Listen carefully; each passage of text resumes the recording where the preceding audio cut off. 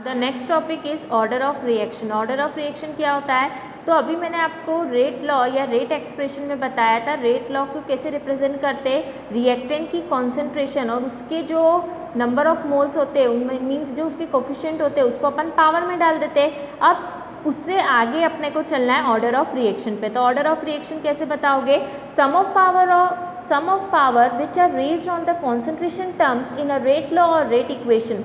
Rate law और rate equation में जो कॉन्सेंट्रेशन टर्म की जो पावर है उनका जो सम है that is order of reaction. Okay, suppose that a hypothetical reaction in which the reactant A plus reactant B plus reactant C combined together, number of moles of reactant A is small a, that of B is small b and that of C is C. It converted into the product. Okay, now in that case rate expression or rate law may be given as rate equals to K, A की power P, B की power Q, C की power R. Here A, B, C are stoichiometric coefficient. अब यहाँ पे देखो ये A, B और C क्या है? एक स्टाइक्योमेट्रिक रिएक्शन को बैलेंस करने वाले कोफिशिएंट है, नेगेटिव पॉजिटिव आयंस को। लेकिन यहाँ पे ये भी हो सकता है कि रेट एक्सप्रेशन में उतने number of moles of reactant participate नहीं करे, तो इसीलिए मैंने यहाँ पे न्यू टर्म्स में रिप्रेजेंट कर दिया है P Q R। तो उस केस में आपकी ऑर्डर क्या हो गई? N equals to P plus Q plus R। तो आपको सिंपली यदि कोई भी रेट एक्सप्रेशन या रेट लॉ गिवन है तो उसमें जो रिएक्टेंट की जो पावर है उसका सम ही क्या होगा? आपका ऑर्डर ऑफ रिएक्शन। अब आप ये चीज़ ध्यान रखना, कोई भी यदि गिवन रिएक्शन है और उससे यदि आप ऑर्डर निकाल रहे हो तो ये ऑर्डर ऑफ रिएक्शन जो है ये प्रैक्टिकल कॉन्सेप्ट है। तो इसमें हो सकता है कि जितनी number of moles of reactant appear हो रहे हो उतनी ऑर्डर नहीं हो, इसीलिए अपन कौन सी बात कंसीडर करेंगे उसमें? Rate law expression. और रेट लॉ एक्सप्रेशन कहाँ से ऑब्टेन होता है? RDS, रेट डिटरमाइनिंग स्टेप जो होती है वो स्लो स्टेप होती है। तो स्लो स्टेप में जितने number of molecules of reactant participate करेंगे वहाँ से उसकी क्या निकलेगी? Order of reaction. अब इसमें आगे types of reaction, types of order of reaction में फर्स्ट है फर्स्ट ऑर्डर रिएक्शन। अब नाम से ही पता चल रहा है फर्स्ट ऑर्डर, तो फर्स्ट ऑर्डर के लिए क्या बोल सकते हो? वो रिएक्शन जिसमें रेट जो है वो किस पे डिपेंड करेगी? एक ही रिएक्टेंट की कॉन्सेंट्रेशन पे। For example N2O5 it gives N2O4 plus 1/2 O2। अब यहाँ पे देखो N2O5 के कितने नंबर ऑफ मोल्स है? 1। तो ये ऐसे जो रिएक्शन है उसमें भी 1 मोल है और रेट एक्सप्रेशन में भी कितने दिख रहे हैं यहाँ पे? 1। तो इसकी ऑर्डर N इक्वल्स टू क्या हो जाएगा? 1। Okay, now second order reaction क्या होगी?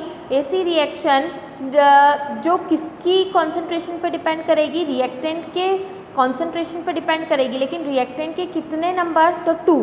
तो सेकेंड ऑर्डर रिएक्शन। लेकिन ये आप फिर से ध्यान रखना, यहाँ पे अपन जो रेट एक्सप्रेशन देंगे उसके बेसिस पे अपन ऑर्डर कैलकुलेट करेंगे। तो फॉर एग्जांपल जैसे H2 plus I2 it gives 2HI, तो यहाँ पे R equals to K, H2 की पावर कुछ नहीं तो 1, I2 की है तो 1, तो N इक्वल टू क्या हो जाएगा? 1 प्लस 1 इक्वल्स टू 2। तो ये कौन सी ऑर्डर हो गई? Second order reaction. Now next one is third order reaction. तो थर्ड ऑर्डर रिएक्शन वो रिएक्शन जो कितने रिएक्टेंट की कॉन्सेंट्रेशन पे डिपेंड करेगी? 3 रिएक्टेंट्स की कॉन्सेंट्रेशन पे। Let's see an example 2NO plus O2 it gives 2NO2। यहाँ पे यदि मैं ऑर्डर बताऊँ तो N equals to 2 plus 1 it gives 3। तो यहाँ पे ऑर्डर क्या हो गई? 3।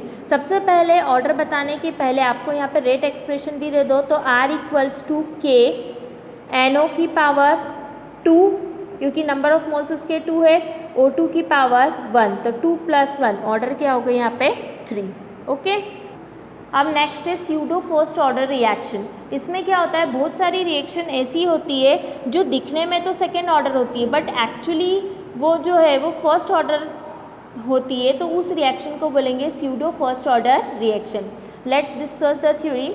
इन some reaction solvent molecule which is one of the reactant is present in excess. बहुत सारी रिएक्शन ऐसी होती है जिसमें सॉल्वेंट को अपन रिएक्टेंट मानते हैं और वो रिएक्टेंट जो है वो एक्सेस में प्रेजेंट होता है। अब कोई भी चीज़ यदि एक्सेस अमाउंट में प्रेजेंट है तो उसके कॉन्सेंट्रेशन को अपन क्या कर देंगे? नेग्लेक्ट कर देंगे। Small change in the concentration does not affect the reaction rate. अब जो चीज़ एक्सेस में प्रेजेंट है उसका यदि मैं थोड़ा सा भी कॉन्सेंट्रेशन चेंज करूँगी तो वो रिएक्शन की रेट को अफेक्ट नहीं करेगा।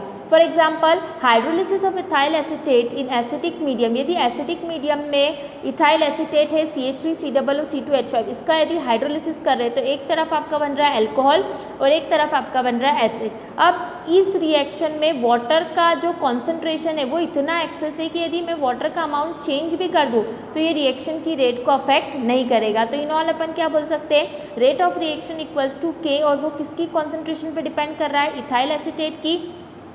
अब इथाइल एसीटेट है तो इसकी पावर क्या होगी 1, तो N इक्वल टू क्या हुआ first order. So it is first order, but लेकिन अब यहाँ पे आप देखो ये एक्चुअली रेट एक्सप्रेशन या रेट लॉ से कौन सी ऑर्डर हुई, फर्स्ट ऑर्डर, लेकिन रिएक्शन देख के कौन सी ऑर्डर लग रही है, 1 ये इथाइल एसीटेट के और 1 जो है वो H2O का, लेकिन तो रिएक्शन देख के कौन से प्रेडिक्ट हो रही है, सेकेंड ऑर्डर। तो इस टाइप की रिएक्शन को अपन बोलेंगे pseudo first order reaction. Okay, now discuss the unit of order of reaction के केस में यदि आपको रेट कांस्टेंट है K, उसकी आपको यूनिट निकालनी है तो एक जनरल फॉर्मूला याद रखो, कॉन्सेंट्रेशन की power 1 minus N upon time inverse. For example N यहाँ पे आपका है ऑर्डर ऑफ रिएक्शन, यदि मैं फर्स्ट ऑर्डर के लिए बोल रही हूँ तो N इक्वल टू 1 पुटअप करो तो यूनिट क्या हो जाएगी, K की कॉन्सेंट्रेशन की पावर 1 माइनस 1, टाइम की power minus 1, 1 minus 1 it means 0, और किसी की भी पावर 0 होगी इट गिव्स 1, तो क्या बचेगा टाइम इनवर्स, और time inverse it means second inverse. अब ऑर्डर N इक्वल्स टू 2 के लिए, सेकेंड ऑर्डर के लिए निकालना है तो rate constant equal to concentration की power 1 minus 2 upon time inverse, 1 minus 2 obviously it gives minus 1, time inverse. अब कॉन्सेंट्रेशन होता है मोल पर लीटर और उसकी पावर -1 है तो क्या हो जाएगा मोल इनवर्स और लीटर, और टाइम इनवर्स है तो time inverse as it is रहेगा। मैं इसको और कैसे लिख सकती हूँ, मोल इनवर्स लीटर और टाइम इनवर्स को मैंने सेकेंड इनवर्स में लिख दिया। अब यहाँ पे आप एक चीज़ देख लो, कॉन्सेंट्रेशन की power -1 it means 1 upon concentration, और कॉन्सेंट्रेशन की यूनिट होती है मोल पर लीटर, तो पर लीटर ऊपर चला जाएगा तो यहाँ पे आप क्या बोल सकते हो मोल इनवर्स लीटर, इसीलिए मैंने यहाँ पे मोल इनवर्स लीटर लिखा है कॉन्सेंट्रेशन इनवर्स की जगह। ठीक है, अब यदि third order reaction it means N की जगह आपको 3 पुटअप करना है तो 1 माइनस 3 इट गिव्स -2 और time inverse as it is. It's mean सब में फर्स्ट ऑर्डर के बाद से सेकेंड ऑर्डर थर्ड ऑर्डर तो ये आपका टाइम इनवर्स तो एज इट इज़ चलेगा, तो सेकेंड ऑर्डर में भी आपका टाइम इनवर्स की जगह अपन ने सेकेंड इनवर्स रख दिया। फर्स्ट ऑर्डर में भी ये टर्म 0 हो गई थी तो time inverse as it is रहा, थर्ड ऑर्डर में भी टाइम इनवर्स तो एज इट इज़ है, बस यहाँ पे 1 माइनस 3 तो -2, तो ये हो जाएगा मोल की पावर -2 और लीटर की पावर +2, क्योंकि अभी जैसे मैंने आपको बताया क्योंकि 1 अपॉन कॉन्सेंट्रेशन की पावर यदि 2 हुई यहाँ पे 1 अपॉन कॉन्सेंट्रेशन की पावर 2 तो ये क्या हो जाएगा मोल की पावर 2 और लीटर की पावर 2, तो मोल की पावर 2 ऊपर जाके क्या हो जाएगी -2 और लीटर की पावर 2, तो ये हो जाएगी मोल की पावर -2 लीटर की पावर 2 और second inverse remain same as it is. आपको ऑर्डर निकालनी N इक्वल्स टू 3/2 के लिए और N इक्वल्स टू 1/2 के लिए, तो 3/2 के लिए यदि आप निकालोगे तो 1 माइनस 3/2 यहाँ पे सॉल्व कर लेना, तो रेट कांस्टेंट K की यूनिट आपसे पूछ सकते हैं, N की वैल्यू पुटअप करो और फॉर्मूला में और आपको आंसर ऑब्टेन हो जाएगा। तो ये जनरल फॉर्मूला आपको लर्न करना है। ओके।